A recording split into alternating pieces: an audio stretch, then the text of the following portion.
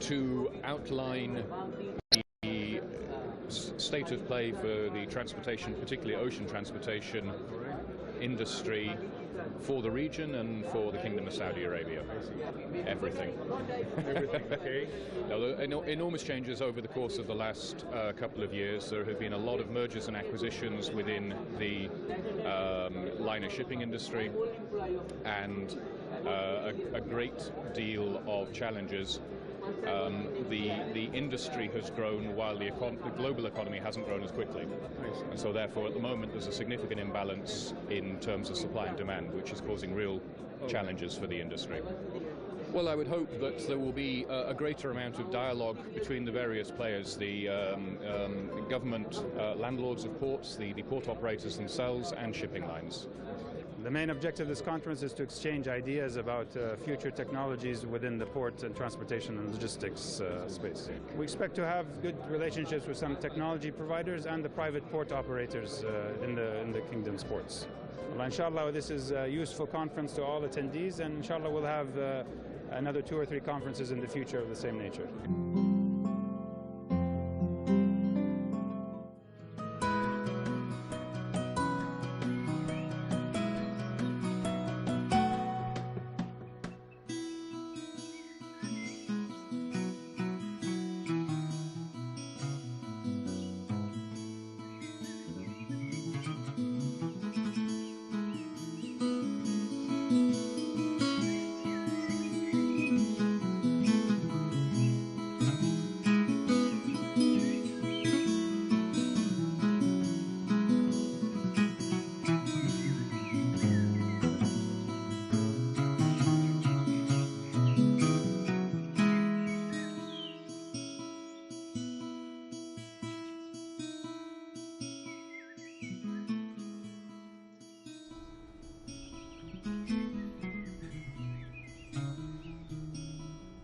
So back to you, our dear viewers, where it's time to have our second discussion of the day regarding the 12th International Conference of Transport and Logistics in Jeddah. Joining us by the direct telephone line from Jeddah, Mr. Jens Floe, who is a Managing Director. Good morning, Mr. Jens. Thank you very much for inviting us here for the interview today. I don't hear you clearly, but I guess there is an issue in my headset. But Mr. Jens, let's start first by welcoming you on the show here in the morning show, and also by asking you about your participation in this conference. Well, it was a pleasure for RSGT to participate in the conference. We are one of the country's first investors in the BOT scheme, and we have seen enormous development within the sector.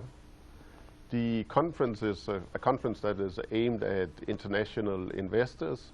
It gives us the ability to mingle with the local authorities, and at the same time RSGT is a majority-owned Saudi company, so we were very pleased with the opportunity provided.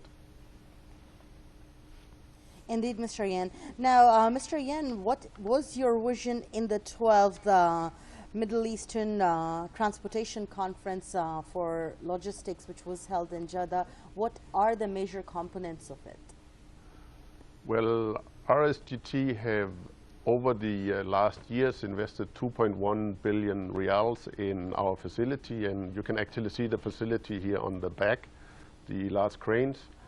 We have just embarked on our expansion of the facility, and we are very pleased with aligning our initiatives with the 2030 vision and the 2020 NTP. It provides us with the opportunity to meet with leading officials from the government, the Seaport Authority, and ensure that we as investors provide our assistance in the fulfillment of the programs. Indeed, Mr. Yen. And Mr. Yen, there was the commercial opportunity for 60 exhibitors, as we understand, and sponsors to network directly with the delegates at this major annual International Maritime Transport Exhibition and Conference. It was a major trade event, as we get to understand. Tell us a bit more about it, and as to how was your participation involved with this conference? Well, RSGT was one of the sponsors of the conference, and we have worked closely with the seaport authorities to ensure that the conference was a success. For us, having invested significant amounts and expanding our facilities in Saudi, it was an important opportunity to interact with our customers, to go have frank talks between the customers, the authorities, and us as service providers. We are, as the port, facilitating trade into and out of Saudi. Our role in this respect is to help bring down cost. What we are doing is we are making processes more efficient. We are investing in technology. We are investing in our people. This allows the export to become more efficient and making the Saudi export more competitive. And at the same time, we work hard on reducing the import time for cargo so that we can reduce the cost for the end user in Saudi Arabia. One of the KPIs that are in the NTP 2020 plan is to reduce the dwell time in the port to less than 5 days. Today, the dwell time in the port is typically around 14 days. At RSGT, what we have done is we have invested in technology. We now have an app where our customers can track their cargo in the port, so they at all time can online see what is happening.